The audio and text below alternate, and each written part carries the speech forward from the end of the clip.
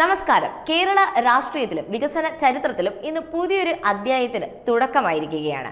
VD. Satheesan മുഖ്യമന്ത്രിയായിട്ടുള്ള ഏറ്റവും പുതിയ UDF ഗവൺമെന്റിന്റെ ആദ്യ നയപ്രഖ്യാപന പ്രസംഗം ഗവർണർ രാജേന്ദ്ര വിശ്വനാഥ് ആർലേക്കർ നിയമസഭയിൽ കാഴ്ചവെച്ചു. തുടക്കത്തിൽ വന്ദേമാതരം ചൊല്ലിയതിനെ പറ്റിയിട്ടുള്ള ചില പ്രശ്നങ്ങളൊക്കെ ഉണ്ടായിരുന്നെങ്കിലും അതൊക്കെ പാടെ മറക്കുന്നതായിരുന്നു പിന്നീടുള്ള പ്രഖ്യാപനങ്ങൾ. കാരണം ജനക്ഷേമം മുൻനിർത്തിയുള്ള വാഗ്ദാനങ്ങളാണ് ഇത്തവണത്തെ നയപ്രഖ്യാപന പ്രസംഗത്തിൽ ഉണ്ടായിരുന്നത്. എന്തൊക്കെയാണെന്ന് നമുക്ക് വിശദമായി തന്നെ പരിശോധിക്കാം. തുടക്കത്തിൽ തന്നെ സംസ്ഥാനത്തിന്റെ യഥാർത്ഥ സാമ്പത്തിക സ്ഥിതി ജനങ്ങളെ ബോധ്യപ്പെടുത്താൻ ഒരു ധവളപത്രം പുറത്തിറക്കുമെന്ന് സർക്കാർ പ്രഖ്യാപിച്ചു. ഖജനാവിന്റെ ബാധ്യതകളും അവസ്ഥയും സുതാര്യമാക്കിക്കൊണ്ട് അഴിമതി രഹിതവും വേഗതയേറിയതുമായ ഒരു ഭരണ സംവിധാനം ഉറപ്പാക്കുകയാണ് ലക്ഷ്യം. ഇതിനു പിന്നാലെ തിരഞ്ഞെടുപ്പ് കാലത്ത് UDF മുന്നോട്ട് വെച്ച ജനപ്രിയ വാഗ്ദാനങ്ങളായ ഇന്ദിരാ ഗ്യാരണ്ടികൾ നയപ്രഖ്യാപനത്തിൽ ഔദ്യോഗികമായി സ്ഥാനം പിടിച്ചു. ഇതിൽ ഏറ്റവും പ്രധാനപ്പെട്ടത് സംസ്ഥാനത്തെ സ്ത്രീകൾക്ക് KSRTC ബസ്സുകളിൽ സൗജന്യ യാത്ര സ്ഥിരമായ അവകാശമാക്കി മാറ്റുന്നു എന്നതാണ്. വരും ദിവസങ്ങളിൽ തന്നെ ഇത് യാഥാർത്ഥ്യമാകും. രണ്ടാമതായി സാമൂഹിക സുരക്ഷാ ക്ഷേമ പെൻഷനുകൾ 3000 രൂപയായി വർദ്ധിപ്പിക്കും. കൂടാതെ കോളേജ് വിദ്യാർത്ഥിനികൾക്കായി പ്രതിമാസം 1000 രൂപയുടെ പ്രത്യേക സ്റ്റൈപ്പൻഡും പ്രഖ്യാപിച്ചിട്ടുണ്ട്. മുൻ മുഖ്യമന്ത്രി ഉമ്മൻചാണ്ടിയുടെ സ്മരണാർത്ഥം കുടുംബങ്ങൾക്ക് പ്രതിവർഷം 25 ലക്ഷം രൂപ വരെ ചികിത്സാ സഹായം ഉറപ്പാക്കുന്ന സൗജന്യ ആരോഗ്യ ഇൻഷുറൻസ് പദ്ധതിയും ഈ ഗ്യാരണ്ടികളുടെ ഭാഗമായി നടപ്പിലാക്കും. സ്ത്രീകളുടെയും വിദ്യാർത്ഥികളുടെയും ക്ഷേമത്തിനായി വിപ്ലവകരമായ ചില പ്രഖ്യാപനങ്ങൾ കൂടിയുണ്ട്. സ്കൂൾ വിദ്യാർത്ഥിനികൾക്കായി എല്ലാ മാസവും 3 ദിവസം വരെ ആർത്തവ അവധി നൽകാൻ സർക്കാർ പദ്ധതിയിടുന്നു. കൂടാതെ അസംഘടിത മേഖലയിലെ വനിതാ തൊഴിലാളികൾക്ക് 6 മാസത്തെ പ്രസവാവധി ഉറപ്പാക്കുമെന്നും നയപ്രഖ്യാപനത്തിലുണ്ട്. വിദ്യാഭ്യാസ മേഖലയിലേക്ക് വന്നാൽ എല്ലാ വർഷവും മലബാർ മേഖലയിലടക്കം ഉണ്ടാകുന്ന +1 സീറ്റ് പ്രതിസന്ധി പരിഹരിക്കാൻ സീറ്റുകളുടെ എണ്ണം വർദ്ധിപ്പിക്കും.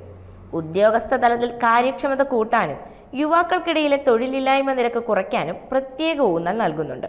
യുവ സംരംഭകർക്ക് 5 ലക്ഷം രൂപ വരെ പലിശരഹിത വായ്പകൾ ലഭ്യമാക്കുമെന്ന പ്രഖ്യാപനം കേരളത്തിലെ സ്റ്റാർട്ടപ്പ് മേഖലയ്ക്ക് വലിയ ഊർജ്ജമാകും. IT മിഷനെ ആർട്ടിഫിഷ്യൽ ഇന്റലിജൻസ് മിഷനുമായി സംയോജിപ്പിച്ച് നവീകരിക്കും. ഒപ്പം പുതിയ ഇലക്ട്രോണിക്സ് ആൻഡ് സെമി കണ്ടക്ടർ മിഷനും നിലവിൽ വരും. കാർഷിക മേഖലയുടെ സമഗ്ര വികസനം ലക്ഷ്യമിട്ട് ഈ വർഷം തന്നെ വനിതാ കർഷകരുടെ കൺസോർഷ്യം യാഥാർത്ഥ്യമാക്കും. കൂടാതെ പൊതു സ്വകാര്യ പങ്കാളിത്തത്തോടെ സംസ്ഥാനത്ത് സുഗന്ധവ്യഞ്ജന പാർക്കുകൾ ആരംഭിക്കും. ഭൂമി പരിവർത്തനവുമായി ബന്ധപ്പെട്ട പ്രശ്നങ്ങൾ പരിഹരിക്കുന്നതിനായി 2008 നെൽവയൽ തണ്ണീർത്തട സംരക്ഷണ നിയമത്തിലും മറ്റു ഭൂനിയമങ്ങളിലും ആവശ്യമായ ഭേദഗതികൾ വരുത്തുമെന്നും പ്രഖ്യാപനത്തിലുണ്ട്. മറ്റൊരു പ്രധാന നാഴികക്കല്ല് സംസ്ഥാനത്ത് കൊണ്ടുവരുന്ന പുതിയ ജലനയമാണ്. സംയോജിത ജല മാനേജ്മെന്റ് ലക്ഷ്യമിടുന്ന ഈ നയത്തിന്റെ ഭാഗമായി വാട്ടർ ക്രെഡിറ്റുകൾ എന്ന പുത്തൻ ആശയവും സർക്കാർ മുന്നോട്ട് വയ്ക്കുന്നു. അതോടൊപ്പം കേരളം നേരിടുന്ന ഏറ്റവും വലിയ വെല്ലുവിളിയായ മനുഷ്യമൃഗ സംഘർഷങ്ങൾ പരിഹരിക്കാൻ പ്രത്യേക പരിഗണനയും പദ്ധതികളും നയപ്രഖ്യാപനത്തിൽ ഉറപ്പു നൽകുന്നുണ്ട്. ഗതാഗത ഇൻഫ്രാസ്ട്രക്ചർ രംഗത്ത് റോഡ്, ജല, വ്യോമ ഗതാഗത സംവിധാനങ്ങളെ പരസ്പരം ബന്ധിപ്പിച്ചുകൊണ്ടുള്ള ഒരു ബൃഹത് സംയോജിത പദ്ധതിക്കാണ് സർക്കാർ രൂപം നൽകുന്നത്. വിഴിഞ്ഞം അന്താരാഷ്ട്ര തുറമുഖത്തിന്റെ സാധ്യതകൾ പരമാവധി പ്രയോജനപ്പെടുത്തി കേരളത്തെ ഒരു വലിയ പോർട്ട് അധിഷ്ഠിത സാമ്പത്തിക ഹബ്ബാക്കി മാറ്റും. ദേശീയപാത ബൈപ്പാസുകൾ പൊതു സ്വകാര്യ പങ്കാളിത്തത്തോടെ 4 വരി പാതകളായി വികസിപ്പിക്കും.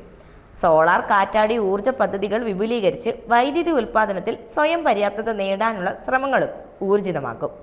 കേരളത്തിൽ അടുത്ത കാലത്തായി ഏറെ ചർച്ച ചെയ്യപ്പെട്ട സഹകരണ ബാങ്കിംഗ് മേഖലയിൽ വലിയ പരിഷ്കാരങ്ങളാണ് വരുന്നത്.